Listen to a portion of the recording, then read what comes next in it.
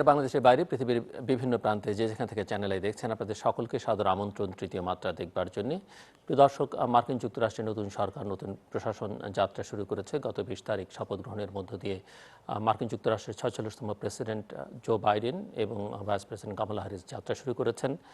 এবং অনেকটা মার্কিন যুক্তরাষ্ট্র যেমনটা গত 4 বছর উল্টো পথে হাঁটতে শুরু করেছিল এবং বলা যায় অনেকটা পেছনে চলে গেছে, যেভাবে মার্কিন যুক্তরাষ্ট্রের অগ্রযাত্রা ছিল সেখান থেকে, সেই যাত্রায় খানিকটা আবার উল্টো পথে শুরু করলেন জো বাইডেন এবং কামালা হ্যারিস। আজকে তাদের এই সরকারের পঞ্চম দিন, কেমন শুরু করলেন তারা, সামনে কি, এইসব বিষয় নিয়ে আলোচনা করবার জন্যে আমাদের সঙ্গে ঢাকার ধানমন্ডির বাসা থেকে আলোচনায় যুক্ত হচ্ছেন মার্কিন যুক্তরাষ্ট্রে বাংলাদেশের সাবেক রাষ্ট্রদূত অ্যাম্বাসেডর হুমায়ুন কবির। আর ঢাকার শ্যামলীর বাসা থেকে আমাদের সঙ্গে যুক্ত হচ্ছেন আন্তর্জাতিক সম্পর্কের বিশ্লেষক এবং আন্তর্জাতিক রাজনীতির বিশ্লেষক, ঢাকা বিশ্ববিদ্যালয়ের সাবেক শিক্ষক, আন্তর্জাতিক সম্পর্কের প্রফেসর শাহিদুজ্জামান। স্বাগত আপনাদের দুজনকেই তৃতীয় মাত্রায়। অ্যাম্বাসেডর হুমায়ুন কবির, আপনার কাছে একটু প্রথমে শুনতে চাইব যে একেবারেই ইউটার্ন নিলেন কিনা, যেমনটা ইউটার্ন নিয়েছিলেন 4 বছর আগে ডোনাল্ড ট্রাম্প এবং সেখান থেকে জো বাইডেন এবং কমলা হ্যারিস। ধন্যবাদ আপনাকে। মোটামুটি বলতে পারেন যে অনেক জায়গাতে ইউটার্ন, দুই একটা জায়গাতে কিন্তু আবার ইউটার্ন নেন। যেমন ধরুন, যে জায়গাগুলোতে ইউটার্ন নিয়েছে সেগুলো হলো যে এখনকার প্যান্ডেমিক কনটেক্সট। এই প্যান্ডেমিকে আমরা জানি ইতিমধ্যেই যে প্রেসিডেন্ট ট্রাম্প WHO থেকে বেরিয়ে গিয়েছিলেন। প্রেসিডেন্ট বাইডেন প্রথম দিনে সেই ঘোষণা দিয়েছে যে তিনি আবার WHO তে ফেরত যাবেন এবং WHO বা বিশ্ব স্বাস্থ্য সংস্থার এই কোভিড সংক্রান্ত যে কার্যক্রম আছে তাতে অংশগ্রহণ করবেন, তার যেটুকু আর্থিক সাহায্য সহযোগিতা সেটা দেবেন এবং বিশ্বব্যাপী WHO যে কর্মকাণ্ড আছে সেই তার পরিচালনায় অংশগ্রহণ করবেন। তো কাজে এটা আমি মনে করি যে বৈশ্বিকভাবে একেবারেই প্রেসিডেন্ট ট্রাম্পের কার্যক্রমের উল্টো দিকে তিনি হাঁটা শুরু করলেন। দ্বিতীয় জায়গাটা হচ্ছে যে আপনি জানেন যে প্যারিস ক্লাইমেট ডিল, যেটা নিয়ে আমরা গত 3-4 বছর আগে বেশ উৎসাহিত বোধ করছিলাম এবং বিশ্ব অনুপ্রাণিত হয়েছিল যে এবার বোধহয় এই জলবায়ু সমস্যা সমাধানের জন্য একটা বৈশ্বিক উদ্যোগ গ্রহণ করা যাবে। প্রেসিডেন্ট ট্রাম্প এসে সেখান থেকেও বেরিয়ে গিয়েছিলেন।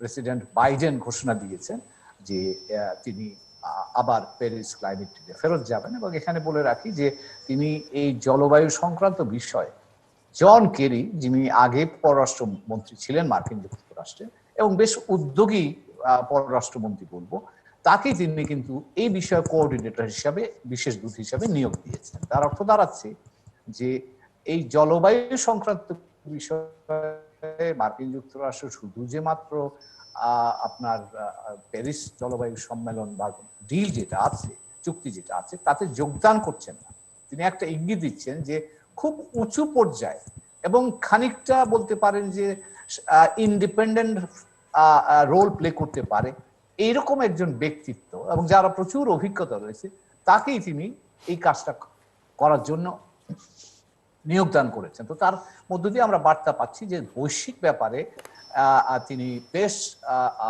গুরুত্ব দিচ্ছেন। এবং এখানে আরো একটা জিনিস বলি এই সুবাদে, প্রেসিডেন্ট বাইডেন কিন্তু তার যে প্রথম বক্তৃতায় শপথ গ্রহণের পর করে বলেছিলেন, তিনি বলছিলেন যে আমি কিন্তু সবার বন্ধুত্বটা চাই, সেটা অতীতের জন্য না, ভবিষ্যতের যে চ্যালেঞ্জগুলো আছে সেগুলো মেরামত করবার জন্য বা সেগুলোকে অ্যাড্রেস করার জন্য আমি সম্পর্ক গড়ে তুলতে চাই। তো আমার ধারণা যে এই জলবায়ু সংক্রান্ত বিষয়ে তিনি যে উদ্যোগটা নিতে চান সেটা কিন্তু একেবারেই ভবিষ্যৎমুখী। তো কাজেই সেই বিবেচনায় প্রেসিডেন্ট ট্রাম্পের থেকে তিনি যে অনেক বেশি সম্মুখমুখী সে বলার অপেক্ষা রাখে না। এবার তৃতীয় যে জায়গাটা গুরুত্বপূর্ণ সেটা হচ্ছে যে প্রেসিডেন্ট ট্রাম্প ধরুন মার্কিন যুক্তরাষ্ট্র এবং ইউরোপের মধ্যে বহু দিনের বন্ধুত্ব, দ্বিতীয় বিশ্বযুদ্ধের প্রথম বিশ্বযুদ্ধ থেকেই তাদের মধ্যে সম্পর্কটা বন্ধুত্বপূর্ণ। দ্বিতীয় বিশ্বযুদ্ধের সময় সেটা ডিসাইসিভ ফ্যাক্টর হিসেবে কাজ করেছিল, জার্মানির বিরুদ্ধে বন্ধুত্বের জয়লাভ। এবং সেইখান থেকে কিন্তু চলতে চলতে 2016 সাল পর্যন্ত এসে হঠাৎ করেই ছন্দপতনের মতো বলতে পারেন যে প্রেসিডেন্ট ট্রাম্প এসে ঘোষণা করলেন যে আমার ন্যাটো যেটা আছে, যেটা 1949 সালে তৈরি হয়েছিল, যেটাকে আমি বলতে পারি মার্কিন যুক্তরাষ্ট্র এবং ইউরোপে মার্কিন যারা মিত্র তাদের একটা একটা শক্তি কাঠামো তিনি সেবারে ইউরোপের 28টা দেশ 27টা ব্রিটেন বেরিয়ে যাওয়ার পরে তাদের মধ্যে সম্পর্কটাকে উন্নত করার জন্য বা সমর্থন দেওয়ার জন্য এইসব জায়গাগুলোতে তিনি বেরিয়ে গেলেন। ফলে কিন্তু মার্কিন যুক্তরাষ্ট্র সম্পর্কে আমি বলবো যে খানিকটা অবনতি ঘটলো। এইদিকে জাপান, দক্ষিণ কোরিয়া তারাও কিন্তু মার্কিন যুক্তরাষ্ট্রের মিত্র, তাদের সাথেও কিন্তু সম্পর্ক ট্রাম্প প্রশাসনের সময় ভালো যায়নি। এখন এসে প্রেসিডেন্ট বাইডেন ঘোষণা দিয়েছেন যে তিনি তাদের সাথে স্বাভাবিক সম্পর্কে ফেরত যাবেন। এবং সবশেষ যেটা হচ্ছে আমাদের মতো দেশগুলোর জন্য যেটা গুরুত্ব, প্রেসিডেন্ট বাইডেন এসে বলেছেন তিনি তার আন্তর্জাতিক সম্পর্কে বহুপাক্ষিকতা মাল্টিল্যাটারালিজম যেটা আছে বা মাল্টিল্যাটারাল প্রক্রিয়া যদি আমরা বলি, যেমন ধরুন জাতিসংঘ, এইদিকে WHO, WTO, এই ধরনের সংগঠনগুলো বহুপাক্ষিকতার ভিত্তিতে সম্পর্ক পরিচালনা, দ্বিপাক্ষিক ভাবে প্রেসিডেন্ট ট্রাম্প যেমন আমেরিকা ফার্স্ট, সেই ভিত্তিতে দ্বিপাক্ষিক ভাবে বিভিন্ন রাষ্ট্রে সেটা বাণিজ্যিক সম্পর্ক বলুন, সেটা সামরিক সম্পর্ক বলুন এবং অন্যান্য সম্পর্ক পরিচালনা করতে আগ্রহী ছিলেন প্রেসিডেন্ট বাইডেন। কিন্তু এই গুরুত্বপূর্ণ জায়গায় যাকে বলা যায় রেস্টোরেশন অফ আর্লিয়ার রিলেশন, পুরনো সম্পর্কগুলোকে তিনি আবার পুনরুজ্জীবিত করবেন সেরকম একটা। বাট এটা তো বোঝা যাচ্ছে যে জায়গাগুলোতে পেছনে হাঁটা, একটা জায়গায় কিন্তু এখনো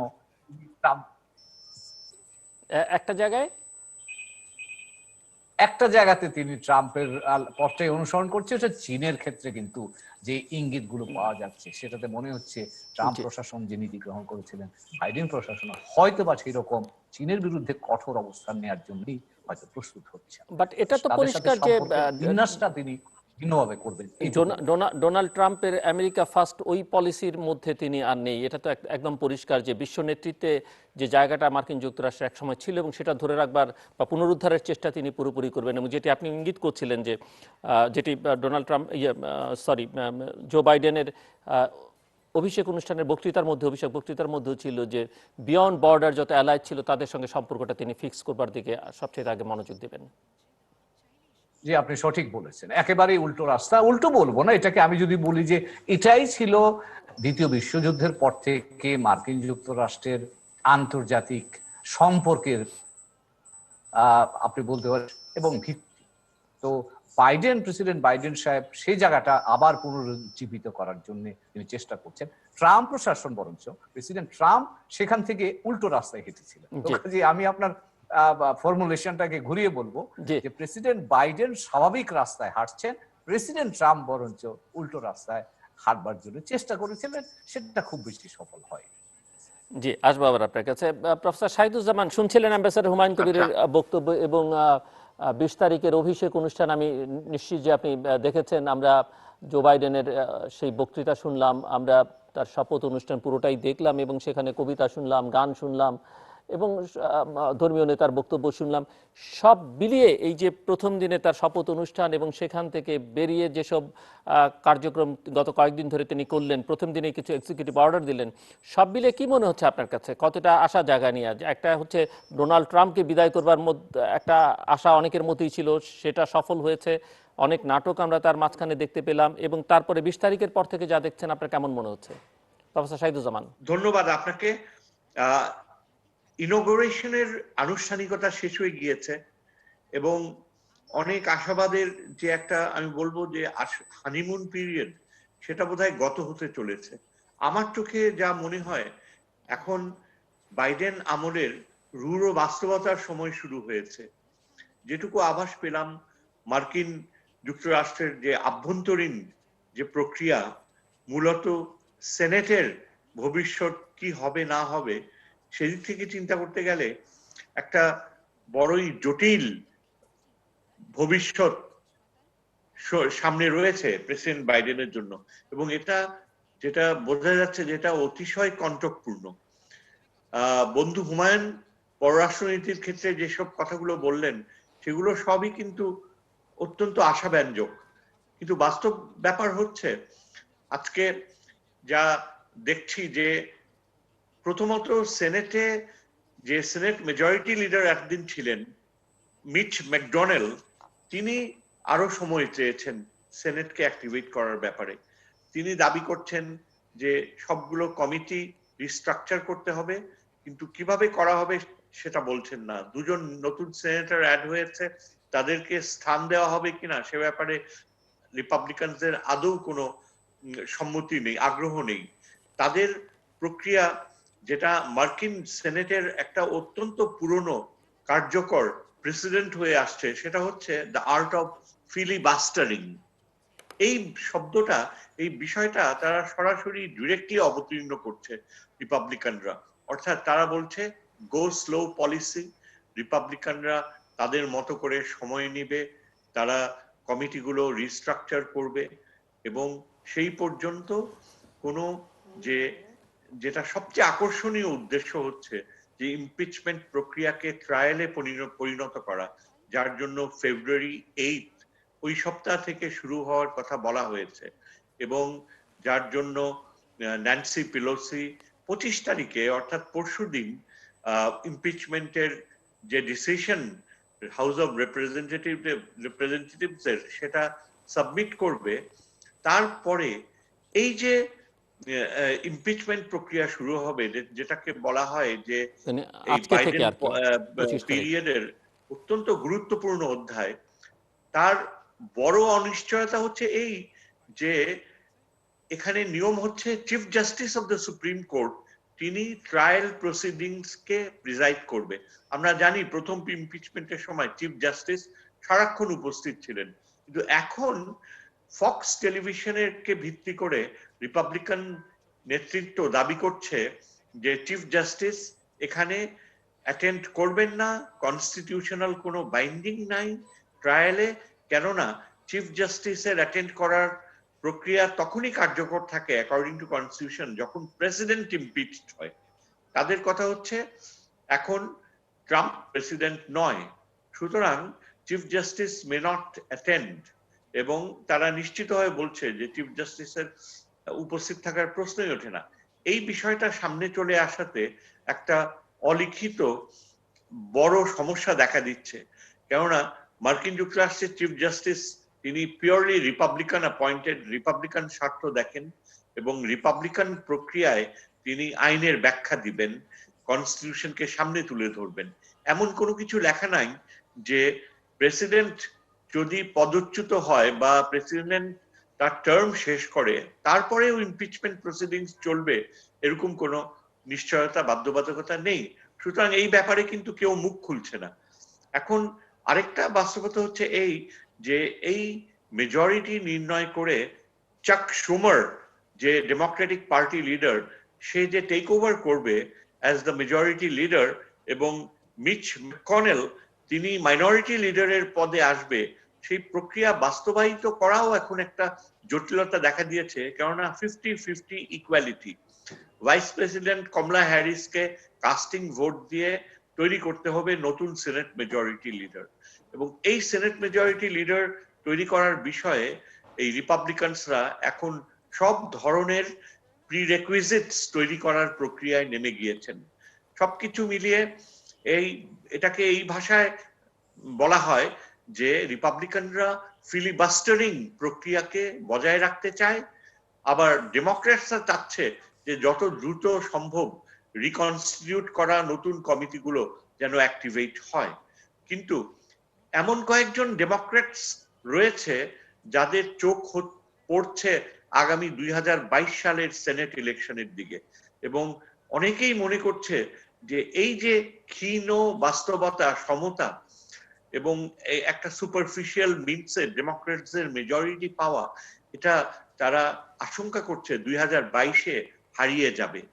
অর্থাৎ বলছে যে যদি 2022-এ রিপাবলিকানসরা আবার সেনেট মেজরিটি নিয়ে নেয়, তখন ডেমোক্রেটসরা তাদের যে সুবিধাজনক, তাদের যে বাস্তব গেইনস গুলো এতদিন করেছে সেগুলো হারিয়ে যাবে।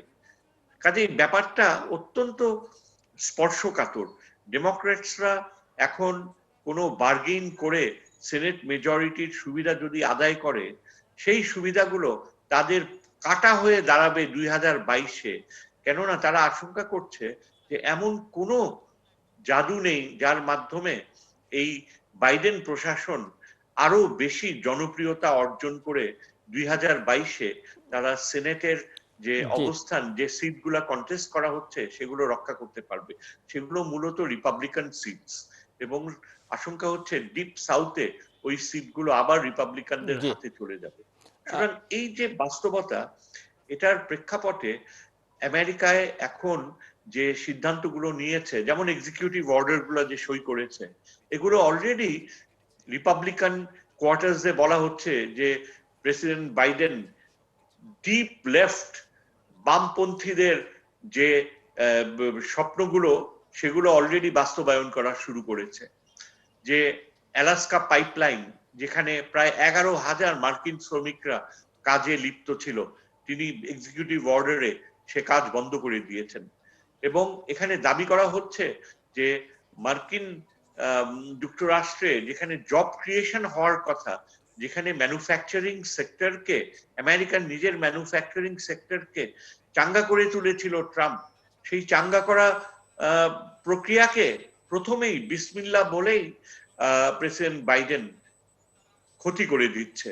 অর্থাৎ এটা রিপাবলিকানরা অ্যাপ্রিহেন্ড করছে যে প্রেসিডেন্ট বাইডেন আসলে বামপন্থী এজেন্ডার দিকে ঝুঁকে পড়বে এবং সেনেটে যদি সুযোগ পায় তাহলে এই জি বামপন্থী এজেন্ডাকে সামনে আমি আনবে। আসছি এবং প্রফেসর, এই প্রেক্ষাপটে আমি আপনি শেষ করবেন এক লাইনে জাস্ট। হ্যাঁ, এই প্রেক্ষাপটে একটা বড় আশঙ্কা হচ্ছে যে একদিকে মিচ ম্যাকডোনাল্ডের বলা হয় গোপন বাসনা হচ্ছে ট্রাম্পের রাজনীতিকে একেবারে ধ্বংস করে দেয়া, আবার অপরদিকে বাস্তবতা হচ্ছে যে ট্রাম্পিয়ান রাজনীতিকে ধ্বংস করাটা, এই যে ট্রাম্পের ব্যাপক পপুলারিটি ছিল এবং ইকোনমিক সেক্টরে যেসব গেইনস গুলা করা হয়েছিল সেটাকে বাধাগ্রস্ত করাটা আগামী সেনেট ইলেকশনে 2022-এ রিপাবলিকানদের জন্য নেগেটিভ পথ তৈরি করবে। সুতরাং ডাইলেমা হচ্ছে রিপাবলিকানদের যে ট্রাম্পিজমকে তারা জীবিত রাখবে নাকি ম্যাকডোনাল্ডের স্বার্থে জি ট্রাম্পিয়ান ফিলোসফিকে ধন্যবাদ। তারা ধ্বংস করে দেবে। অ্যাম্বাসাডার হুমায়ুন কবির, আপনি শুনছিলেন আমরা জো বাইডেন কি কি পদক্ষেপ নিচ্ছিলেন সেগুলো নিয়ে আলোচনা করছিলাম। প্রফেসর শাহিদুজ্জামান একেবারেই সামনে কি কি চ্যালেঞ্জ তিনি দেখছেন সেগুলো সামনে নিয়ে এসেছেন এবং পুরো পরিস্থিতিটাকে তিনি একটা জটিল হিসেবে দেখছেন। আমরা জানি যে ডোনাল্ড ট্রাম্প অভিষেক অনুষ্ঠানে ছিলেন না, খুবই দুঃখজনক ব্যাপার। এবং ট্রাম্প বিদায়কালে বলছিলেন যে তিনি যা অঙ্গীকার করেছিলেন 2016-তে তার চাইতে অনেক বেশি কাজ করেছেন এবং তার আসল কাজটা শুরু হবে এখন। এবং সেই কথা সূত্র ধরেই আমি বলতে চাই যে প্রফেসর শাহিদুজ্জামান যে চ্যালেঞ্জেসগুলো দেখছেন সিনেটে, স্পেশালি সিনেটে, কংগ্রেসে, সব মিলিয়ে আপনি কি মনে করেন যে এগুলো কতটা কাটিয়ে উঠতে পারবেন জো বাইডেন? ধন্যবাদ আবার আপনাকে। আমার বন্ধু শহীদুজ্জামান যেটা বলছিলেন, এটা রাজনীতির বাস্তবতা, এটাকে মেনে নিয়েই প্রেসিডেন্ট বাইডেনকে সামনে এগিয়ে নিয়ে যেতে হবে। এবং ধরুন কয়েকটা বিষয় আমার কাছে মনে হয় যে বোঝা দরকার। একটা হচ্ছে যে প্রেসিডেন্ট ট্রাম্প নিশ্চিতভাবেই তিনি ডানপন্থী না, উগ্র ডানপন্থী রাজনীতিটা করেছিলেন এবং তিনি সমাজকে বিভক্ত করেছেন, যেটা সবচেয়ে বড়। মার্কিন যুক্তরাষ্ট্রের মতো, আমি বলবো যে আমার নিজের অভিজ্ঞতার আলোকেই আমি বলছি যে সেখানে ন্যায় বিচারের সমস্যা আছে, কিন্তু আইনের শাসন বলে যে কথাটা আমরা বলি সেটা মোটামুটি ছিল, পারফেক্ট তো বলে কিছু নাই। এবং প্রেসিডেন্ট ট্রাম্প এসে কিন্তু সেখান থেকে বেরিয়ে গিয়ে যেটা ধিকৃত শ্বেতাঙ্গ আধিপত্যবাদী চিন্তা, সেটাকে তিনি উস্কে দিয়েছিলেন এবং তার পরিণতি কিন্তু সংঘাত হয়েছিল। সেটা শুধুমাত্র ওয়াশিংটনে আমরা 6 জানুয়ারিতে দেখলাম তা নয়, এটা একটা চূড়ান্ত রূপ। কিন্তু তার আগে কিন্তু বিভিন্ন অঙ্গরাজ্যে প্রায় গত 6 মাস ধরেই এই সহিংসতা বিভিন্ন ভাবে প্রকাশিত হচ্ছিল। তো কাজেই যে কোনো দেশের মানুষের কাছে সবচেয়ে যেটা প্রথম মানুষ চায় রাষ্ট্রের কাছে বা যে কোনো সরকারের কাছে, সেটা হচ্ছে নিরাপত্তা, এবং সকলের নিরাপত্তাটাই বাঞ্ছনীয়। তো সেই জায়গায় প্রেসিডেন্ট ট্রাম্প যদিও নিজেকে ল অ্যান্ড অর্ডার প্রেসিডেন্ট বলতেন, তিনি নিজেই তো উস্কানি দিয়েছেন কংগ্রেসে। তিনি তার বক্তৃতায় বলেছেন তোমরা যাও ওখানে, রাস্তার ওই পারে গেলেই সেটা করা যাবে। তো কাজেই একজন রাষ্ট্রপতি যখন নিজের একটা নিরাপত্তাহীনতার কারণ হন বা নিরাপত্তা ভাঙার নেতৃত্ব তিনি দেন, তখন সেটাকে গ্রহণ করবার মতো কোনো জায়গা থাকে না। এখন সেই জায়গাকে যদি প্রত্যাখ্যান করতে হয়, তাহলে সেটা যদি বলা হয় যে এটা বামপন্থা, আমি মনে করি প্রেসিডেন্ট বাইডেন তাহলে যথার্থই বামপন্থার দিকে হাঁটছেন। এবং এটাও তো ঠিক যে প্রেসিডেন্ট আপনার মনে রাখতে পারি যে গত নির্বাচনের আগে নির্বাচনের প্রচারণায় ট্রাম্প কিন্তু সবসময় বলেছেন যে এরা বামপন্থী, এরা সোশ্যালিজম নিয়ে আসবে। তার ক্যাম্পেইনের একটা বড় অস্ত্রই ছিল সেটা। এখন কথা হলো যে তিনি যদি কিছু সংখ্যক মানুষের মার্কিন যুক্তরাষ্ট্র করতে চেয়ে থাকে, তিনি যদি শুধুমাত্র একটা গোষ্ঠীর রক্ষার জন্য মার্কিন যুক্তরাষ্ট্র সরকার এবং সমস্ত রাজনৈতিক অর্থনৈতিক প্রক্রিয়াকে কাজে লাগিয়ে থাকে, তার থেকে যদি বাইডেন প্রশাসন বেরিয়ে আসেন, তাহলে সেটা সাধারণ মানুষের চাহিদাটাকে তিনি মেটাচ্ছেন। তাকে যদি বামপন্থা বলা হয়, তাহলে হয়তো প্রেসিডেন্ট বাইডেন সে রাস্তায় হাঁটছে। তারপর ধরুন যে পাইপলাইনের কথাটা বললেন, আলাস্কা থেকে আসছে, এই পাইপলাইন নিয়ে কিন্তু বহুদিন ধরেই বিতর্ক ছিল এবং প্রেসিডেন্ট ওবামার সময় প্রেসিডেন্ট ওবামা কিন্তু এই পাইপলাইনের অনুমতি দেন। তার কারণ হচ্ছে এই পাইপলাইনটার ফলে প্রাকৃতিক পরিবেশ ধ্বংস হবে এবং এটার ব্যাপারে ঘোরতর আপত্তি ছিল। কিন্তু যেহেতু এই পাইপলাইনের সাথে মার্কিন যুক্তরাষ্ট্রের একটা গোষ্ঠী মানে তেলের সাথে যারা সংশ্লিষ্ট, তারা এটাতে সংশ্লিষ্ট ছিলেন, তারা প্রেসিডেন্ট ট্রাম্পকে মোটামুটি ভাবে বোঝাতে পেরেছিলেন এবং সে অনুযায়ী তিনি 2017 সালে এটার অনুমতি দিয়েছিলেন। কিন্তু এটা তৈরি করাকালীন সময়তেও কিন্তু এটা জলবায়ুর জন্য বা মার্কিন যুক্তরাষ্ট্রের প্রাকৃতিক পরিবেশের জন্য এটা নেতিবাচক সেই বক্তব্য, সেই লেখালেখি, সেই প্রতিবাদ কিন্তু হয়ে আসছিল। এবার এসে প্রেসিডেন্ট বাইডেন সেটা রেসপন্ড করেছে এবং তিনি এটাকে বন্ধ করে দিয়েছেন। হ্যাঁ, এটা সত্যি কথা যে এখানে যারা কাজ করতে তারা তো ক্ষতিগ্রস্ত হয়েছে, কিন্তু এখানে ভবিষ্যতের কথা বিবেচনা করে যেসব এলাকা দিয়ে এটা এসছে, এর ফলে যেই ধরনের ক্ষতি, প্রাকৃতিক পরিবেশের ভারসাম্যের যে ক্ষতি হওয়ার ছিল, সেটা যাতে না হয় সেই জন্য প্রেসিডেন্ট বাইডেন এটা নিয়েছেন। এবং এটা আমিও শহীদের সাথে একমত যে বাইডেন প্রশাসন গত কয়েকদিনে যে উদ্যোগগুলো নিয়েছে, সেই উদ্যোগগুলো কিন্তু অনেকগুলোই দৃশ্যত বাম তার বা প্রগ্রেসিভ সেকশন বা wing of the Democratic party যে দাবি তারা করছিল, সেই দাবিগুলোকে অনেকটাই মিটিয়েছে বা মেটাচ্ছে। কিন্তু তারপরেও কিন্তু আবার আমি আরো একটা তথ্য দিতে চাই, এরপরেও মজার ব্যাপার হচ্ছে যে বামপন্থী বা পার্টির যারা প্রগ্রেসিভ অংশের লোক, তারা কিন্তু পোর্টল্যান্ডে বিক্ষোভ প্রকাশ করেছে যে প্রেসিডেন্ট বাইডেন যথেষ্ট পরিমাণে উদ্যোগী হচ্ছেন না, এবং তারা রাস্তায় নেমেওছে, তারা প্ল্যাকার্ড বহন করেছে, he is not my president. অর্থাৎ ডান দিকে রিপাবলিকানসরা বলছে যে যারা ট্রাম্পের নীতিতে যারা বিশ্বাস করে, ট্রাম্পের অনুসারে বলছে he is not my president. অন্যদিকে বামপন্থী যারা ডেমোক্রেটিক পার্টি লেফট উইং, তারা বলছে he is not my president. তার অর্থ হচ্ছে যে বামে যারা তারা চাচ্ছে আরো বেশি। এখন সেই জায়গায় প্রেসিডেন্ট বাইডেন বলা যায় মধ্যপন্থায় আছে, একটু বাম ঘেঁষা হয়ে। বামটা যদি সাধারণ মানুষের স্বার্থ হয়ে থাকে, যেমনটা ধরুন কোভিডের কথা, এখন কোভিডে মানুষ মারা যাচ্ছে, এটাকে যে কোনো বিচারেই প্রথম এবং প্রধান নীতিগত অবস্থানের বিষয় বাইডেন প্রশাসন সেটাই করেছে। মানুষের খাদ্যের চাহিদা, মার্কিন যুক্তরাষ্ট্রে বহু লোক বেকার হয়ে এখন খাদ্যের সংকটে পড়ছে, প্রেসিডেন্ট বাইডেন তাদের নিশ্চয়তার জন্য তার এই প্রেসিডেন্সিয়াল অর্ডার দিয়ে নির্দেশনা দিয়েছে। এখন এগুলোকে আমি যদি বাম বা ডানে ব্যাখ্যা করি করতে পারবো, কিন্তু এগুলো তো সাধারণ মানুষের জীবন রক্ষা এবং জীবন ধারণের জন্য প্রয়োজনীয় উদ্যোগ, যেটা ট্রাম্পের আমলে ট্রাম্প নেননি বা নিতে চাননি, কিন্তু বাইডেন প্রশাসন এসে তিনি সে কাজগুলো করছেন। আমি মনে করি সে কাজগুলো কাজের দিক থেকে সঠিক কাজ, ব্যাখ্যার দিক থেকে কে কি ব্যাখ্যা করবে সেটা বলা যাবে না। এবং এখনো 2022 সাল, নিশ্চয়ই একটা পরীক্ষা তো হবেই, নেক্সট কংগ্রেশনাল ইলেকশন যখন হবে তখন একটা পরীক্ষা দিতে হবে প্রেসিডেন্ট বাইডেনকে, সেটা নিশ্চয়ই তারা মনে রেখেছেন এবং সেটা মনে রেখেই তারা নীতিগত অবস্থানটা নিচ্ছে। কাজে এই মুহূর্তেই আমি খুব বেশি মূল্যায়নে যেতে পারবো বলে মনে করি না।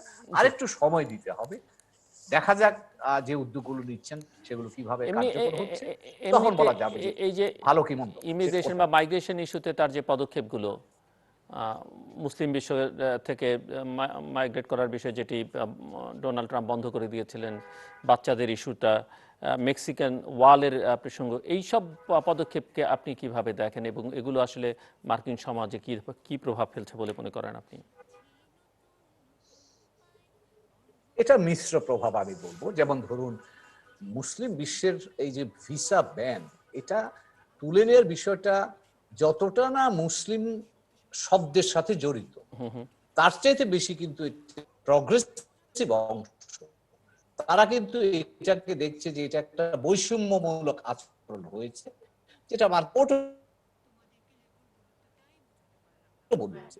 কাজে সেইভাবে তারটাকে দেখছেন এবং নিশ্চিত বার্তা যাচ্ছে। মার্কিন যুক্তরাষ্ট্রের অভ্যন্তরভাবে এটা কতটা প্রভাব বিস্তার করছে সেটা আমার কাছে বড় বিষয় না। আমার ধারণা খুব পররাষ্ট্র নীতির জন্য এটা একটা উপাদেয় বিষয়। মেক্সিকো বা এই যে চিলড্রেন, বাচ্চাদের ডাকা যেটাকে বলা হয়, যারা শিশুরা এসেছিল তারা মার্কিন যুক্তরাষ্ট্রে, এটার একটা রাজনৈতিক দিক আছে। তার কারণ হচ্ছে এই লোক যারা, এই শিশুরা যারা এখন বড় হয়েছে, তারা নিশ্চিতভাবেই প্রেসিডেন্ট বাইডেনের কলামে আসবেন এবং তারা চাইবেন প্রেসিডেন্ট বাইডেনের জন্য কাজ করতে এবং এটাকে ইতিবাচকভাবে দেখছেন।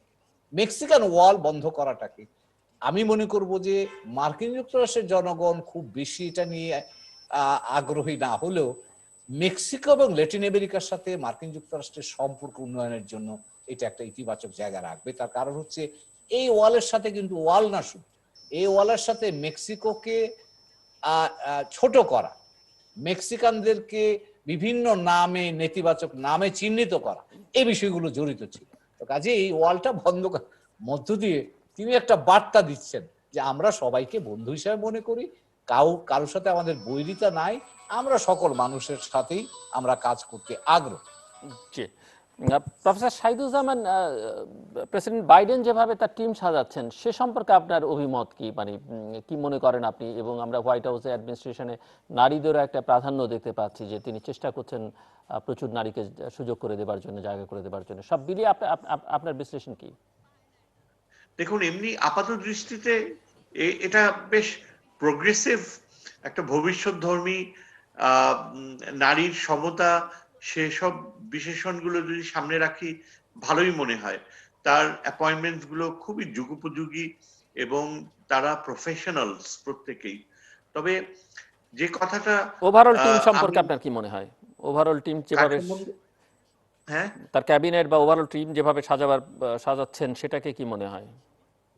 ক্যাবিনেট তো অবশ্যই খুবই প্রফেশনালি এক্সপেরিয়েন্সড।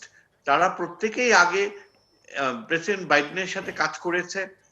যারা এসছে তাদের মধ্যে কিছু অধ্যাপনায় ছিল। ফিনান্স যিনি দেখছেন, যেই মহিলা, অত্যন্ত পরিচিত একজন ইকোনমিস্ট, এবং এতে কোনো সন্দেহ নাই যে তাদের কর্মপরিকল্পনা ভবিষ্যৎধর্মী এবং ট্রাম্পের যে নেগেটিভ ইমেজ সেটাকে সরাতে অনেকখানি সহায়তা করবে। কিন্তু প্রবলেমটা হচ্ছে এখানে যে এই যে অ্যাডমিনিস্ট্রেশন বাইডেন এখন টেক ওভার করলো, একদিকে তার বয়সের ভার, আবার অপরদিকে ভাইস প্রেসিডেন্ট হিসেবে এসছেন শুধু একজন নারীই নয়, তিনি আবার কৃষ্ণাঙ্গ। এই বাস্তবতাটা কিন্তু মার্কিন জনগোষ্ঠীর একটা ব্যাপক অংশ কতখানি একসেপ্ট করবে সাইকোলজিক্যালি, এবং আগামীতে এর পরিণতিটা পজিটিভ থাকবে কিনা সেটা তীব্রভাবে কিন্তু সামনে চলে আসছে। না, কিন্তু মার্কিন জনগণ তো সেটি অ্যাকসেপ্ট করে নিয়েই তাদেরকে ভোটে জেতালো। বাইডেনকে যে কিন্তু দেখেন, প্রেসিডেন্ট নির্বাচিত করলো সেটা জেনে নিয়েই তো। হ্যাঁ, কিন্তু ভোটের যে অ্যাবসলিউটলি এত ক্লোজ মার্জিন, যেখানে 3টা স্টেটে যদি কাউন্টিং অন্যরকম হতো, জাস্ট 3টা স্টেট, তাইলে কিন্তু 7 মিলিয়ন ভোটস এর মার্জিন ওভারলুকড হয়ে ইলেকটোরাল কলেজ ট্রাম্পের দিকে চলে যেতে পারতো। এই কথা ভুলে গেলে চলবে না যে এখনো আমরা নিশ্চিত নই যে ডেমোক্রেটিক ডমিনেটেড যে অ্যাডমিনিস্ট্রেশন, প্রেসিডেন্ট বিং ডেমোক্রেটিক, সেখানে আগামী 4 বছর পরে যেসব অ্যাচিভমেন্টস এর ভিত্তিতে আবার নতুন ইলেকশন হবে, সেখানে আমার কাছে বাস্তবতাটা এখন মনে হচ্ছে অনেকটা প্রেসিডেন্ট জিমি কার্টার, যিনি নিক্সনের সাকসেসর ছিলেন, তার সময়ে যে আমেরিকার যে একটা বিশ্বে ইমেজ সংকট হয়েছিল, বিকজ অত্যন্ত ভদ্র, ন্যায়পরায়ণ এবং অত্যন্ত নৈতিক ব্যক্তিত্ব, কিন্তু বিশ্ব রাজনীতিতে তার যে অবস্থান সেটা রোনাল্ড রেগান প্রেসিডেন্ট পদপ্রার্থী হয়ে পুরোপুরি তার নিজের স্বার্থে নিয়ে এসছেন। এবং এখানেই একটা চূড়ান্ত বিষয় সামনে আসবে। আমার মনে হয় the important issue is not going to be যে whether Biden can go for a second term. Important ইস্যুটা হচ্ছে যে এই যে 4 বছর চলছে, এই 4 বছরে রিপাবলিকানরা ট্রাম্পের স্থলে এমন কাউকে সামনে তুলে আনতে পারবেন কিনা থ্রু দ্য সেনেট, যার ফলে দেখা যাবে যে আমেরিকান এম্পায়ার, আমেরিকান ইম্পেরিয়ালিজম, মার্কিন ঔদ্ধত্য, অ্যারোগেন্স, সেটা আবার রিডিফাইন্ড হবে উইথ এ ক্লিয়ার পারসেপশন যে সেখানে অনেকাংশে কূটনৈতিক শিষ্টাচার সামনে থাকবে। ট্রাম্পের মতো কূটনৈতিক শিষ্টাচার বিবর্জিত আচরণ থাকবে না।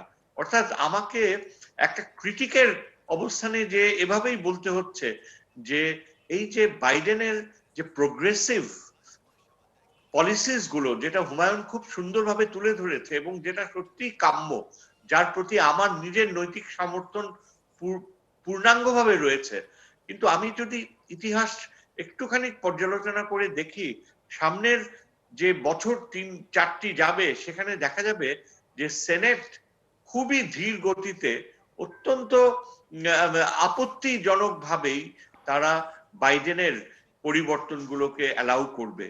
কোনোভাবেই আমার মনে হয় না সেনেট এমন কোনো পরিস্থিতি তৈরি করবে যে 4 বছর পরে কমলা হ্যারিস যেন সামনে চলে আসতে পারে ভবিষ্যতে মার্কিন নেতৃত্ব দেওয়ার মতো সুবিধা পেয়ে। আপনার কি মনে হয় যে জো বাইডেনের নীতি প্রণয়নের ক্ষেত্রে তার ভাইস প্রেসিডেন্টের কি ধরনের ভূমিকা থাকবে? আমরা জানি যে মার্কিন ভাইস প্রেসিডেন্ট আসলে বেসিক্যালি তার তেমন কিছু করবার থাকে না, কিন্তু এক্ষেত্রে যেহেতু তিনি তাকে চুজ করেছেন, অনেকেই বয়সের বিষয়টা কনসিডার করছেন, সে কারণে কি মনে হয় যে কমলা হ্যারিসের কতটা প্রভাব থাকবে? আমরা ফার্স্ট লেডি ডক্টর জিল বাইডেনের আমরা দেখলাম যে অভিষেক অনুষ্ঠানে তার পছন্দ অপছন্দ অনেক গুরুত্ব পেয়েছে, তিনি অনেক কিছুতেই ভূমিকা রেখেছেন, এমনকি তারা যে কংগ্রেস লিডারদের থেকে গিফট নিয়েছেন সেখানটাতেও তার পছন্দ অপছন্দ অনেকেই বিবেচনায় নিয়েছেন। তো সব মিলিয়ে কি মনে হয় ওনাদের প্রভাব কিরকম থাকবে বলে মনে করেন আপনি? দেখেন, কমলা হ্যারিসের প্রভাব ভাইস প্রেসিডেন্ট হিসেবে এটাকে বলা হয় একটা হোয়াইট এলিফ্যান্ট, সাদা হাতি। অর্থাৎ প্র্যাকটিক্যালি প্রেসিডেন্ট তাকে দিয়ে যা করায় ততটুকুই সে করে। তবে কমলা হ্যারিসের গুরুত্ব হচ্ছে অন্যভাবে, যে বয়সের দিক থেকে সেকেন্ড টার্মে যাবে কিনা সন্দেহ রয়েছে বাইডেন, নাম্বার 1। নাম্বার 2, সবাই বলছে যে একজন কৃষ্ণাঙ্গ হয়তো আগামীতে আমেরিকান প্রেসিডেন্ট হবেন, এবং সেটা একজন নারী president, Kamala Harris. Not only কৃষ্ণাঙ্গ, তিনি সাউথ এশিয়ান, কৃষ্ণাঙ্গ, নারী, অনেকগুলো অভিজ্ঞতার সঙ্গে। এখানেই আমি দেখছি যে শ্বেতাঙ্গ নীরব আপত্তি। আমার ধারণা হচ্ছে যে ইভেন হিলারি ক্লিন্টন, যিনি ডেমোক্র্যাট প্রোগ্রেসিভ, তিনিও আমার মনে হয় না যে সত্যিকার অর্থে কমলা হ্যারিসের এই উত্থানকে ভালোভাবে বেছে নিতে পারছেন বা পারবেন।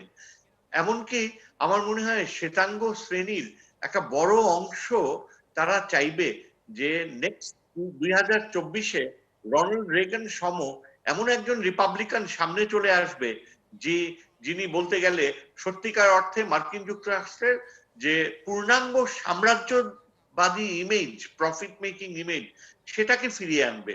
ডিবেটটা হচ্ছে যে আমেরিকা কি ওয়েলফেয়ার স্টেটের দিকে যাবে, যেটা জো বাইডেন চায়, যেটা এই অ্যাডমিনিস্ট্রেশন চায়, সেটা কি মার্কিন শ্বেতাঙ্গ মানসিকতায় গ্রহণযোগ্যতা পাবে, এবং সেটা সেই অবস্থানে যে আমেরিকা কি ইমিগ্রেন্টসদের দেশ হিসেবে নিজেকে আরো সুপ্রতিষ্ঠিত করবে?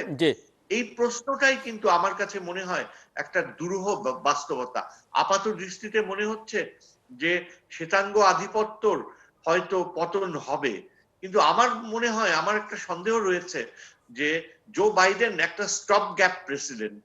কমলা হ্যারিসকে নেওয়া হয়েছে কেননা আগামীতে জো বাইডেনের জায়গায় আরো শক্তিশালী একজন ডেমোক্র্যাট হয়তো দাঁড়াবে আরো শক্তিশালী রিপাবলিকান প্রেসিডেন্টকে মোকাবেলা করার জন্য। এই যে সেনেট বর্তমানে রয়েছে 50-50, এই সেনেট সত্যিকার অর্থে ডাইনামিক সেনেট হওয়ার কোনো বাস্তব সম্ভাবনা আমি দেখি আমি না। আসছি আপনার কাছে। অ্যাম্বাসাডার হুমায়ুন কবির, আপনি আপনি শুনছিলেন, আমরা একটু আলোচনার শেষের দিকেও চলে এসেছি। আমি একটু মিডল ইস্ট পলিসির ক্ষেত্রে কি দাঁড়াবে সেটি একটু বুঝতে চাইবো। ট্রাম্পকে আমরা খুব অ্যাক্টিভ দেখেছি শেষ মুহূর্তে এসে, সেটা, এবং একই সঙ্গে সাউথ এশিয়ার ক্ষেত্রে কি দাঁড়াবে বলে মনে হচ্ছে, বা এখন পর্যন্ত নতুন কোনো বার্তা পেলেন কিনা যাত্রা শুরু করবার পর থেকে?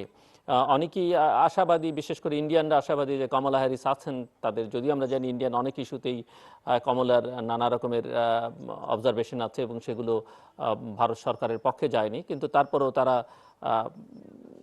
মার্কেটিংয়ে, সেলিংয়ে যেহেতু ইন্ডিয়া খুব ভালো আমাদের তুলনায় অনেক বেশি, তারা এটা প্রজেক্ট করবার চেষ্টা করছেন যে তাদের একজন মার্কিন যুক্তরাষ্ট্রের ভাইস প্রেসিডেন্ট হচ্ছে। সব মিলিয়ে একটু এই দুটো জায়গায় আপনি কিভাবে দেখেন, কি মনে করেন? এবং আপনি যদি প্রফেসর শাহিদুজ্জামানের সঙ্গে যে বিষয়ে আমি কথা বলছিলাম, তার ক্যাবিনেটে, তার অ্যাডমিনিস্ট্রেশন, সেসব বিষয়ে আপনার কোনো অবজারভেশন থাকলে আপনি ছোট করে বলতে পারেন। ধন্যবাদ আপনাকে। যে শহীদ যেটা বলছিলাম শুধু সংক্ষেপে বলবো, সেটা হচ্ছে যে প্রেসিডেন্ট বাইডেন একটা পেশাদার এবং বলতে পারেন অভিজ্ঞ টিম নিয়ে কাজ শুরু করেছে, এবং এতটাই অভিজ্ঞ এই টিমটা যে অনেকেই বলছেন যে এটা কি, তারা কি ওবামা প্রশাসনের যে ছায়া তাদের কাজের মধ্যে থাকবে তার থেকে তারা কতটা বেরিয়ে আসতে পারবে। কিন্তু আমরা ইতিমধ্যে যারা গুরুত্বপূর্ণ পদে আছে তাদের লেখালেখি গত 4 বছর তারা বিভিন্ন ভাবে তাদের অবস্থান যেভাবে সামনে তুলে ধরেছেন, তাতে ইঙ্গিত পাওয়া যাচ্ছে যে তারা ওবামা প্রশাসন থেকে অনেক বেশি বাইরে এসে কাজ করতে চাইবে। তারা বোঝেন যে পৃথিবীটা বদলে গেছে, প্রেসিডেন্ট ট্রাম্প এমন কিছু কাজ করে গেছে যে কাজগুলো বহুদিনের জন্য মার্কিন যুক্তরাষ্ট্রের ভাবমূর্তি বলেন, স্বার্থ বলেন, কর্ম প্রক্রিয়া বলেন, সবই বদলে দিয়েছে, এবং এই বাস্তবতাই তাদেরকে কাজ করতে হবে। এই উপলব্ধিটা নিয়ে কিন্তু তারা শুরু করছে। এবং এখানে শহীদ যেটা বলছিলেন তার শেষ কথাটা বলে আমি এই বিষয়টা ইতি টানবো। আমি মনে করছি না যে 2024 সালে এখনো পর্যন্ত যে ভাইস প্রেসিডেন্ট কমলা হ্যারিস প্রেসিডেন্ট প্রার্থী হবে। এটা মার্কিন যুক্তরাষ্ট্রের বিভিন্ন সার্ভে যেগুলো আসছে তার থেকে এটা অনুমান করা যায় এই মুহূর্তে দাঁড়িয়ে, আমি এখনকার প্রেক্ষিতে তারা মনে করছেন না কমলা হ্যারিস 2024 সালে প্রার্থী হবেন, সেটা অন্য কেউ হবে। কে হবেন এই মুহূর্তে সেটা বলা যাচ্ছে না। অপেক্ষাকৃত তরুণ ডেমোক্রেট এবং রিপাবলিকান দুই দিক থেকে আমরা তরুণ নেতৃত্ব আশা করতে পারি। কাজেই 2024 সালের নির্বাচন 2022 সালের কংগ্রেসের নির্বাচনের উপর অনেকাংশে নির্ভর করবে। সেই ভিত্তিতে তারপরে বলা যাবে যে নেতৃত্বের চেহারাটা কোন দিকে যাবে 2024। এবার যদি আমি আসি অপর দুটো প্রশ্ন, মধ্যপ্রাচ্যের ট্রাম্প কর্তৃক যেসব নীতিগত সিদ্ধান্ত নেওয়া হয়েছে আমি তার খুব বেশি পরিবর্তন আশা করছি না। তার কারণ হলো যে মার্কিন যুক্তরাষ্ট্রে ইসরায়েলের ব্যাপারে উভয় পক্ষে, রিপাবলিকান বলেন ডেমোক্রেটদের বলেন, একটা কনসেনসাস আছে। ইসরায়েলের স্বার্থের ব্যাপারে তারা মোটামুটি ভাবে যে কোনো উদ্যোগকেই তারা মনে করেন যে সেটা ইতিবাচক বা ধরে রাখতে চাইবেন। কাজে ট্রাম্প ইসরায়েলকে তার আরব বন্ধুত্বের থেকে দূরে থাকবার যে অবস্থা তার থেকে বের করে এনে কূটনৈতিক ভাবে তাদের জন্য সুযোগ তৈরি করে দিয়েছেন। এটা আমার মনে হয় ডেমোক্রেটদের কাছেও এটা অগ্রহণযোগ্য নয়। তো কাজে সেই জায়গাটায় তারা যা ছিল তাই থাকবে। যে জায়গাটায় তারা কাজ করার চেষ্টা করবে সেটা হচ্ছে ইরানের সাথে সম্পর্কটা উন্নয়নের জন্য। ট্রাম্প প্রশাসন ইতিমধ্যেই ঘোষণা দিয়েছেন এবং president John Kerry, former secretary of state, তিনি কিন্তু ইরান নিউক্লিয়ার ডিলটা করেছিলেন 2015 সালে। তিনি কিন্তু ট্রাম্প প্রশাসনের ক্ষেত্রে, বাইডেন প্রশাসনের ক্ষেত্রে একটা গুরুত্বপূর্ণ ভূমিকা রাখবেন, এবং তার যে ন্যাশনাল সিকিউরিটি অ্যাডভাইজার এবং পররাষ্ট্রমন্ত্রী এখন এই দুজনে কিন্তু এটার সাথে সংশ্লিষ্ট ছিলেন। তো কাজেই ইরান নিউক্লিয়ার ডিলটাতে মার্কিন যুক্তরাষ্ট্রের অন্তর্ভুক্তির সম্ভাবনাটা আমি মনে করি বেশ ইতিবাচক, তবে নিশ্চিত নয়। তার কারণ হলো ইসরায়েল এটার বিরোধিতা করছে শক্তভাবে এবং সৌদি আরব এটার বিরোধিতা করছে। তো কাজেই মধ্যপ্রাচ্যের জায়গাটাতে খুব বড় ধরনের পরিবর্তন আমি আশা করছি না। তবে ট্রাম্প প্রশাসনের সময় সামরিকীকরণের যে প্রবণতাটা ছিল, সেই প্রবণতাটা আমার ধারণা এখন কমে আসবে। এবার আমাদের দক্ষিণ এশিয়ার দিকে যদি আসি, তাহলে আমাদের মনে রাখতে হবে কতগুলো বাস্তবতা। সেটা হচ্ছে যে চীনকে মার্কিন যুক্তরাষ্ট্র উভয় দিক থেকে মনে করছে তার 1 নাম্বার প্রতিদ্বন্দ্বী, এবং সিনেট হিয়ারিং এ ব্লিংকেনকে, পররাষ্ট্রমন্ত্রী ব্লিংকেনকে জিজ্ঞেস করা হয়েছিল যে দুদিন আগে, বিদায় নেওয়ার আগে, মাইক পম্পিও চীনের সিনজিয়াং প্রভিন্সে উইঘুরদের বিরুদ্ধে গণহত্যার অভিযোগ করেছেন, আপনি সেটাকে কিভাবে মনে করেন? তিনি বলেছেন, this is my position as well, অর্থাৎ আমিও সেটাকে সমর্থন করি। তার অর্থ হচ্ছে চীনের বিরুদ্ধে তারা একটা শক্ত অবস্থানে যাবেন, এটা মোটামুটি ধরে নেওয়া যায়। যদি তাই হয়, তাহলে সেখানে প্রশ্ন আসবে, তাইলে অন্যান্য বন্ধুদেরকে মার্কিন যুক্তরাষ্ট্র চাইবে, এবং সেখানে দক্ষিণ এশিয়াতে অবভিয়াস চয়েস হবে ভারত।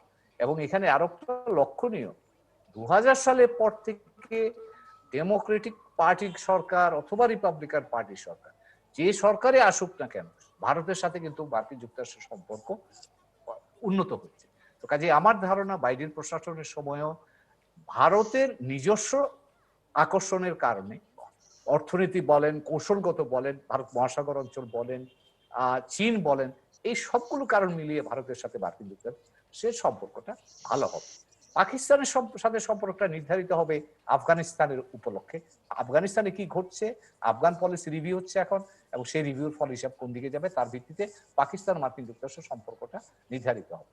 আমরা যারা অন্যান্য দেশগুলো আছি, আমার ধারণা বা প্রেসিডেন্ট বাইডেন যদি ইন্ডো প্যাসিফিক যে স্ট্র্যাটেজি আছে সেটাকে তিনি সিকিউর এন্ড প্রসপারিটির দিকে নিয়ে যেতে চান, তাহলে এর কন্টেন্টটাকে একটু রিডিজাইন করতে হবে। এখন যে সামরিক কন্টেন্ট আছে, তার থেকে অর্থনৈতিক কন্টেন্টে যদি তিনি সরে আসেন, তাহলে বা এটা শক্তিশালী করেন, তাহলে কিন্তু দক্ষিণ এশীয় দেশগুলোকে, অন্যান্য দেশগুলোকে পেতে তার জন্য সহায়ক হবে। এবং সেই ক্ষেত্রেও আমাদের মতো দেশগুলো যারা আমরা অর্থনৈতিক উন্নয়নকে প্রাধান্য দিচ্ছি, তাদের জন্য আইপিএস বা ইন্ডো প্যাসিফিক স্ট্র্যাটেজিতে আরো বেশি সম্পৃক্ত হওয়ার একটা সুযোগ তৈরি হবে। কারণ আমরা আমাদের অর্থনৈতিক প্রয়োজন, আমরা মার্কিন যুক্তরাষ্ট্রকে চাই, চীনকেও চাই, ভারতকেও চাই, ইউরোপিয়ান ইউনিয়নকে চাই, জাপানকেও চাই। কাজেই আমরা আমাদের দিক থেকে কিন্তু আমরা অর্থনীতিটাকেই প্রাধান্য দিয়ে কাজ করছি, বা এটাকে প্রাধান্য কেন্দ্রতে রাখছি। যে কেউ আমাদেরকে সহযোগিতা করবে, এবং যেখান থেকেই সহজভাবে আমরা অর্থনৈতিক সহযোগিতা পাবো, সেই জায়গাতেই আমরা মনে করি যে আমাদের সাথে সম্পর্ক ইতিবাচক ভাবে এগিয়ে নিয়ে যাওয়ার সুযোগটা তৈরি হবে। এবং মার্কিন যুক্তরাষ্ট্রের এটা আলোচিত হচ্ছে গত 2-3 দিন ধরে, আমিও এটাকে দেখছি, এখানে সকলেই একটা কথায় মোটামুটি বলছেন যে শুধু কথা দিয়ে, সেটা আপনি আসিয়ান বলেন, সেটা দক্ষিণ এশিয়ার দেশগুলো বলেন, দূরপ্রাচ্যের অন্যান্য দেশ বলেন, শুধু সামরিক বিষয় দিয়ে এদেরকে কাছে টেনে আনা মার্কিন যুক্তরাষ্ট্রের জন্য একটু দুরূহ হবে। কিন্তু যদি মার্কিন যুক্তরাষ্ট্র অর্থনীতিকে প্রাধান্য দেয় এবং এই অঞ্চলে অর্থনৈতিক প্রবৃদ্ধিতে তারা অবদান রাখে, সেই ক্ষেত্রে কিন্তু আমার ধারণা এই দেশগুলো সকলেই মার্কিন যুক্তরাষ্ট্রের সাথে কাজ করতে স্বাচ্ছন্দ্য বোধ করবে।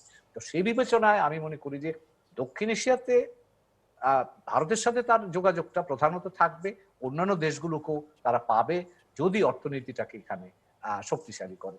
কিন্তু শুধু সামরিকীকরণ দিকে যদি যায়, যেটা আমার কাছে মনে হচ্ছে না, তাহলে কিন্তু আমার মনে হয় মার্কিন যুক্তরাষ্ট্র যে আস্থার সংকটটা এই দক্ষিণ এশিয়া বলেন বা দক্ষিণ পূর্ব এশিয়া বলেন, এই সংকটটা এখন বিরাজমান, সেই সংকট থেকে উত্তরণের জায়গাটা বেশ দুর্বল হতে পারে। প্রফেসর সাইদুজ্জামান। ধন্যবাদ। আমি এখনো মনে করছি, যদিও আমি আশাবাদী হতে চাই, যে পররাষ্ট্র নীতি সংক্রান্ত বিষয়ে হুমায়ুন যথেষ্ট সার্থকভাবে তুলে ধরেছে আমেরিকান অপশনস গুলো। তবে আমি যে বিষয়টার উপর শেষে গুরুত্ব দিতে চাই সেটা হচ্ছে এই যে সেনেটের বর্তমান পরিস্থিতিটা প্রেসিডেন্ট বাইডেনের জন্য একটা বড় অভিশাপ হবে। এবং এই যে 50-50 এত কাছাকাছি, সিম্পল মেজরিটিতে কোনো কিছু পাশ করানোই খুব জটিল হয়ে যাবে। প্রেসিডেন্সিয়াল অর্ডার ব্যবহার করতে হবে। ট্রাম্প যেমন প্রথমে প্রেসিডেন্সিয়াল অর্ডার ব্যবহার করে তিনি পলিসি নিয়ন্ত্রণ করেছিলেন, সেইভাবে প্রেসিডেন্ট বাইডেনকে যদি প্রেসিডেন্সিয়াল অর্ডারের উপর নির্ভরশীল হতে হয়, তাহলে সেটা খুব একটা সুদূর প্রসারী পরিবর্তন আনা খুব কঠিন হয়ে যাবে। এই এক বাস্তবতা। আরেকটা হচ্ছে এই যে রিপাবলিকানদের জন্য এটা একটা কঠিন পরীক্ষা, যে তারা কি ট্রাম্পিজমকে জীবিত রাখবে নাকি ট্রাম্পিজমকে কবর দিবে। ট্রাম্পিজমকে যদি তাদের বেরি করতে হয়, তাহলে আগামী এই 7-8 দিন, ফেব্রুয়ারির প্রথম সপ্তাহ পর্যন্ত যে ভিতরে নেগোসিয়েশনস গুলো হবে দুই পক্ষে, রিপাবলিকান আর ডেমোক্রেট সেনেটার্সদের মধ্যে, এমনকি বাইডেনের সাথে মিচ ম্যাককনেলের যে আন্ডারস্ট্যান্ডিং হবে, সেই আন্ডারস্ট্যান্ডিং এর বিষয়টা কিন্তু আমেরিকান সেনেটের কালচারে অপরিচিত নয়। অতীতে এরকম বার্গেনিং হয়েছে, এবং প্রথমে যে শব্দটা ব্যবহার করেছি ফিলিবাস্টারিং, এবং এখন দেখবেন আগামী কয়েকদিন কিন্তু ফিলিবাস্টারিং প্রক্রিয়াটা রিপাবলিকানরা চাইবে বজায় রাখতে, যে দীর্ঘ সময় তারা ডিবেট চালিয়ে যাবে, তারা এক একজন বক্তৃতা দেবে, প্রসিডিওরাল ডিলে যাকে বলে সেনেটে, কোনো কিছু ভোটাভুটি করতে হলেই প্রসিডিওরাল ডিলের প্রক্রিয়াকে তারা সজীব রাখবে। এটা একটা একটা চালাকি। এবং ট্রাম্পিজমের ধারণা যদি জিতে যায়, যদি সিনেটর টেড ক্রুজ বা কংগ্রেসম্যান জো ক্রলি, এদের চিন্তাধারা, এরা যে ট্রাম্পের যে ট্রানজাকশনাল ডিপ্লোমেসি, ট্রানজাকশনাল পলিটিক্স, সেটাকে জিয়ে রাখতে চায়, তাহলে এই ম্যাককনেলের পক্ষে খুব ডিফিকাল্ট হবে। এটাই হচ্ছে তার শেষ টার্ম। সে চায় যে সেনেটে এমন একটা প্রক্রিয়া আসুক যেটা রিপাবলিকান নতুন লিডারশিপ যেন জন্ম নেয়। কিন্তু আগামী কয়েকটা দিনে এটা খুব তাৎপর্যপূর্ণ, মানে ইনভিজিবল পলিটিক্স যাকে বলে, সেই এটাই যে 100 জনের জুরি রয়েছে, সেখানে প্রচুর এভিডেন্স রয়েছে, বাস্তবতা এমন যে সেই দিন যে ঘটনা ঘটেছিল ক্যাপিটলে, সেটাকে নিয়ে অনেক গভীর আরো ষড়যন্ত্রমূলক প্রক্রিয়া বের হয়ে আসছে, অনেকে মুখ খুলতে শুরু করেছে, যেটা আগে সম্ভব হয়নি। এই জিনিসগুলো সামনে আনতে হলে যেভাবেই হোক না কেন চিফ জাস্টিসকে কনভিন্স করাতে হবে যে তিনি যেন কনভিকশনের ট্রায়াল যে সামনে রয়েছে 8 তারিখে, সেটা তিনি থাকবেন। এবং তার থাকা না থাকাটা অনেকাংশেই নির্ভর করছে সুপ্রিম কোর্টের যে কম্পোজিশন তার উপরে। 6-9 অবস্থানে রিপাবলিকানদের একটা বড় অ্যাডভান্টেজ রয়েছে। সেখানে চিফ জাস্টিস কি পারবেন, বা চিফ জাস্টিস কি সেই ঝুঁকি নেবেন যে তার রিপাবলিকান মেন্টার্স দেরকে অগ্রাহ্য করে তিনি এই সেনেটে এসে প্রিজাইড করবেন ইমপিচমেন্ট প্রক্রিয়াকে? একটা বড় সম্ভাবনা রয়েছে এই যে তিনি কিন্তু ট্রাম্প অ্যাপয়েন্টি না, তিনি জর্জ বুশ জুনিয়রের অ্যাপয়েন্টি, এবং জর্জ বুশ কিন্তু তীব্রভাবে ট্রাম্পের এই ইমপিচমেন্টের প্রক্রিয়াকে দূর থেকে সমর্থন দিয়েছেন। রিপাবলিকানদের মধ্যে যারা রয়েছে এমন, যারা ট্রাম্পিজমের পথ থেকে সরে যে মেইন স্ট্রিম রেগানিজমকে ফিরিয়ে আনতে চায় রিপাবলিকান পলিটিক্সে, তারা কিন্তু চাইবে যে চিফ জাস্টিস যেন ইমপিচমেন্ট প্রক্রিয়ায় তিনি সেনেট অ্যাটেন্ড করেন। সুতরাং আগামী কয়টা দিন এটা রিয়েলি আসল বিষয়টা হচ্ছে এই যে ট্রাম্পকে যদি বিদায় করতে হয়, ট্রাম্পের চিন্তাধারাকে যদি বিচার করতে হয়, তাহলে তাকে কনভিক্ট করা অ্যাবসলিউটলি এসেনশিয়াল। এবং ডেমোক্রেট সেনেটের মধ্যে যারা ম্যানেজার, ইমপিচমেন্ট ম্যানেজারের রোল প্লে করছেন, তারা কিন্তু খুব ব্যস্ত বর্তমানে। তারা চাইছে যে রিপাবলিকান সেনেটরদের মধ্যে ম্যাজিক যে নাম্বার 67, সেই 67-এ কোনোভাবে যদি পৌঁছানো যায়, কোনোভাবে যদি রিপাবলিকান পার্টি এটা মনে করে যে এটা তাদের পক্ষে যাবে, কিন্তু এটা মোটেও সম্ভব বলে, সহজে সম্ভব বলে আমার মনে হয় না। আমার মনে হয় যে রিপাবলিকান পার্টি 4 বছর পরে আসবার স্বার্থে তারা সেনেটকেই ব্যবহার করবে, তারা হাউস অফ রিপ্রেজেন্টেটিভসকেই ব্যবহার করবে to stall president Biden from advancing.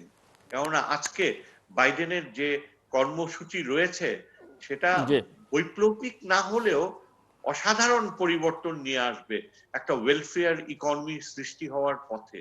এবং সেখানে আমি দেখছি যে সেনেটের যে 2/3 মেজরিটি ক্রাইটেরিয়া, সেখানে অনেক কিছুই হয়তো বাধাগ্রস্ত হয়ে যাবে। জি, এটাই হচ্ছে আমার অ্যাম্বাসাডার মতামত। হুমায়ুন কবির, আমরা একেবারে শেষ প্রান্তে জাস্ট 1-1.5 মিনিটে যদি আপনি বলেন, এবং যেটি বারবার ট্রাম্পিজমের কথা বলছিলেন প্রফেসর শাহিদুজ্জামান এবং তার বিচার প্রসঙ্গ সহ নানান বিষয় নিয়ে, মানে আমি একটু বুঝতে চাইছি যে মিশন নিয়ে বাইডেন নেমেছেন, সেটা যদি কার্যকর করতে হয়, সফল করতে হয়, এবং বিশেষ করে প্রথম 100 দিনে যদি তার একটা ভালো প্রমাণ তিনি জাতির সামনে বা বিশ্ববাসীর সামনে রাখতে চান, তাহলে এই যে ট্রাম্পের যে ভূত, এই ভূতকে মাথা থেকে তাড়ানো দরকার কিনা, মানে ট্রাম্পকে নিয়ে বেশি ব্যস্ত থাকলে অন্য কাজগুলো কতটা ক্ষতিগ্রস্ত হবে কি হবে না, আমি সেটি একটু বুঝতে চাইছি, জাস্ট 1-1.5 মিনিটে আপনার কাছ থেকে। ধন্যবাদ। আহ, আসলে প্রেসিডেন্ট বাইডেন যখন যাত্রা শুরু করেছেন, তার জন্য কিন্তু এই ট্রাম্পের ভূতটা চেপে আছে তার মাথার উপর। এবং এই যে ইমপিচমেন্ট প্রক্রিয়া, যেটা বন্ধু শহীদুজ্জামান বলছিলেন, এটাকে কিভাবে ম্যানেজ করা যায়, এটা কিন্তু একটা চ্যালেঞ্জ, এবং ডেমোক্রেটরা সেটা নিয়ে ভাবছে, এবং সেটা মনে রেখেই হয়তো তারা এটার শিডিউলিংটা করবেন। যেমন ধরুন, প্রেসিডেন্ট বাইডেন ইনিশিয়েটিভ গুলো যেগুলো নেয়া, তার জন্য সময়টা দিয়ে তারপর গিয়ে হয়তো দেখা যাবে যে ট্রাম্পের ইমপিচমেন্টটা তারা শুরু করেছেন সিনেটে। সো এইরকম একটা ধারণা কিন্তু এখনো আছে, এবং এটা একটা টেস্ট কেস হবে বলতে পারেন আপনি প্রেসিডেন্ট মানে বাইডেনের। এই ইমপিচমেন্ট আসলে শেষ পর্যন্ত কি দাঁড়াবে বলে মনে হয়, যদি জাস্ট একটু ধারণা দেন যে কি হবে, তাতে সুফল কি হবে বা। ইদানিং কালে যেটুকু খবরাখবর পাওয়া যাচ্ছে সেটা হচ্ছে যে যারা প্রেসিডেন্ট ট্রাম্পের সাথে ছিলেন, বা ট্রাম্পকে ট্রাম্পের কার্যকলাপ যেগুলি ছিল বা কর্মকাণ্ডকে সমর্থন করতেন, তারা অনেকে কিন্তু সরে আসছেন, এবং ইনক্লুডিং এই যে শহীদ যেটা বলছে যে লাস্ট চেয়ারম্যান মিস ম্যাকনেল, তিনিও কিন্তু এখন সেটাকে সমর্থন করছেন না। এখন এটার অর্থ হচ্ছে এই যে যদি ডেমোক্রেটরা রিপাবলিকানদের সাথে কাজ করতে পারে, এবং Republican leadership in the senate তারা যদি নিউট্রাল অবস্থান নেন, সেই ক্ষেত্রে কিন্তু ট্রাম্প ইমপিচমেন্টের দিকে যেতে পারেন। এবং এখানে অনেক তথ্য উপাত্ত এখন বেরিয়ে আসছে, যাতে বোঝা যায় যে এই ঘটনাটা প্রি প্ল্যান ছিল। ট্রাম্প এবং অনেক কংগ্রেসম্যানরা এর সাথে জড়িত ছিল, এবং সেটা যদি প্রমাণিত হয়, তাহলে আমার মনে হয় ট্রাম্প ইমপিচড হওয়াটা অসম্ভব নয়। তবে সংখ্যার বিষয়টা আছে। না, আমি আমার যেটা জাস্ট মনে হয় এখন পর্যন্ত 30 সেকেন্ডসে বুঝতে চাইছি যে উনি এখন ইমপিচ হলে কি দাঁড়াবে, মানে তার প্রভাব কি পড়বে রাজনীতিতে, কারণ উনি তো প্রেসিডেন্ট ধন্যবাদ। নেই, উনি ফরমার, এবং সিএনএন এর একজন ভাষ্যকারের ঠিক আছে। ভাষায় তিনি আসলে ফরমারও না, তিনি একজন অর্ডিনারি সিটিজেন, কারণ তিনি যে বিহেভ করলেন অভিষেক অনুষ্ঠানে না থেকে, তিনি অর্ডিনারি সিটিজেন, তাকে ফরমার প্রেসিডেন্টও তিনি বলতে চাননি। আমি ওলফের কথা বলছি। সো আমি একটু বুঝতে চাইবো যে এখন না, ইমপিচ। সেটা না হলেও তিনি এখনো, ধন্যবাদ আপনাকে, তিনি এখনো সিক্রেট সার্ভিস কভার পাচ্ছেন। জি, তিনি সরকারি খরচে সারা জীবন তার সেক্রেটারি এবং অন্যান্য যে বিষয়গুলো আছে সেগুলো পাবেন। কাজেই এবং সবচেয়ে গুরুত্বপূর্ণ হচ্ছে, একজন ফরমার প্রেসিডেন্ট হিসাবে তিনি সিক্রেট ইনফরমেশন যেগুলো, ইন্টেলিজেন্স, যেটা সিএ এর ইন্টেলিজেন্স, সেটা তার সাথে শেয়ার্ড হয়, সেটা পাবেন। ভবিষ্যতে ইচ্ছা করলে তিনি রাজনীতিতে আবার এসে প্রেসিডেন্ট প্রার্থী হতে পারবেন। এখন ইমপিচ হলে তার সবগুলো সুযোগ সুবিধা তার কাছ থেকে রহিত হয়ে যায়, অর্থাৎ তিনি আর সেগুলো পাবেন না। এবং ডেমোক্রেটদের জন্য সবচেয়ে গুরুত্বপূর্ণ হলো তিনি যাতে ভবিষ্যতে নির্বাচনে না দাঁড়াতে পারেন সেটাকে নিশ্চিত করা, নিশ্চিত তারা করা, এই নির্বাচনটাতে যেতে চান। নিশ্চিত করা। অনেক অনেক ধন্যবাদ অধ্যাপক শাহিদুজ্জামান এবং অ্যাম্বাসাডর হুমায়ুন কবির আমাদের সঙ্গে আলোচনায় যুক্ত হবার জন্য। দর্শক, কথা বলছিলাম আমরা মার্কিন যুক্তরাষ্ট্রের রাজনীতি নিয়ে, নতুন সরকার, নতুন প্রশাসন, অনেকগুলো চ্যালেঞ্জ বাইডেন প্রশাসনের সামনে, সরকারের সামনে। প্যান্ডেমিক একটা তার মধ্যে বড় চ্যালেঞ্জ, আমেরিকান ইকোনমি যেটা স্ট্রাগল করছে দীর্ঘদিন যাবৎ, সেটা একটা বড় চ্যালেঞ্জ, এবং একটা ডিভাইডেড সোসাইটি পলিটিক্যালি, সেটাও একটা বড় চ্যালেঞ্জ। এবং তার সঙ্গে যেটি আমার অতিথিরা, বিশেষ করে প্রফেসর শাহিদুজ্জামান যেটি বারবার নিয়ে আসছিলেন, যে সিনেটের সামনে, সুপ্রিম কোর্টে, হাউস অফ রিপ্রেজেন্টেটিভস, তার সামনে যে চ্যালেঞ্জগুলো আছে সেগুলো নিয়ে আসছেন। কিন্তু অ্যাম্বাসাডর হুমায়ুন কবির মনে করেন যে এই সব চ্যালেঞ্জ কাটিয়েও জো বাইডেন এবং তার সরকার সমর্থ হবে, মানে তারা পারবেন যে অঙ্গীকার তারা ব্যক্ত করেছেন জাতির সামনে, এবং এখানে তিনি এখন পর্যন্ত নৈরাশ্যজনক বা হতাশাজনক তেমন কিছু দেখেন না। একমাত্র একটি পলিসির জায়গায় তিনি মনে করেন যে বাইডেন প্রশাসন ট্রাম্প প্রশাসনের সঙ্গে একই রকম থাকবেন, সেটি হচ্ছে মিডল ইস্টের পলিসি, বিশেষ করে ইসরায়েল কেন্দ্রিক তাদের যে নীতি, ইসরায়েলের সঙ্গে সখ্যতা, এই জায়গাটায় তেমন কোনো পরিবর্তন হবে না। আর বাকি সবটাতেই একটা পরিবর্তনের চেষ্টা তাদের মধ্যে থাকবে। এবং 2024-এ কী হবে, 2022-এ কী হবে, সেটি দেখবার জন্য এখনই আসলে চিন্তা করবার সময় এসছে বলে অ্যাম্বাসাডর হুমায়ুন কবির মনে করেন না। সব মিলিয়ে এবং মধ্যপ্রাচ্যের সঙ্গে সম্পর্কের কথাটা আমি একটু আগে উল্লেখ করলাম, দক্ষিণ এশিয়ার ক্ষেত্রে কি হবে, বা যেটি জো বাইডেন তার অভিষেক বক্তৃতায় উল্লেখ করেছেন যে পুরনো অ্যালাইসদের, পুরনো মিত্রদের সঙ্গে সম্পর্কটা ঠিকঠাক করাই হবে তার প্রধান কাজ। কিন্তু দক্ষিণ এশিয়ার, বিশেষ করে আমাদের মতো দেশগুলো, বাংলাদেশের মতো দেশগুলোর সঙ্গে সম্পর্কের পুরো বিষয়টাই নির্ভর করবে কেবল যদি মার্কিন যুক্তরাষ্ট্রের সম্পর্কটা সামরিক বিবেচনা থেকে করতে চায়, তাহলে আসলে এই সম্পর্ক খুব টেকসই হবে না, যদি না যতক্ষণ পর্যন্ত তারা অর্থনৈতিক বিবেচনাটাকে সামনের দিকে নিয়ে আসে। কেননা চীন আছে অর্থনৈতিকভাবে সহযোগিতা করবার জন্য। শেষ পর্যন্ত তারা কতটা কি করবে সেই প্রশ্ন পরে, কিন্তু তার আগে তাদের অফারটা অনেক বড় আকারের থাকে, সেটি মার্কিন যুক্তরাষ্ট্রকে মাথায় রাখতে হবে। তবে চীনের ক্ষেত্রে বাইডেন প্রশাসন যে আগের অবস্থানই থাকবে, মানে আগের প্রশাসনের সঙ্গে মতো অবস্থানই থাকবে, এক ধরনের কঠোর নীতিতে থাকবে, সেটি অ্যাম্বাসাডর হুমায়ুন কবির এবং প্রফেসর শাহিদুজ্জামান দুজনই মোটামুটিভাবে একমত। দর্শক, আমাদের সঙ্গে থাকবার জন্য অসংখ্য ধন্যবাদ, আপনাদের সবার জন্য শুভকামনা।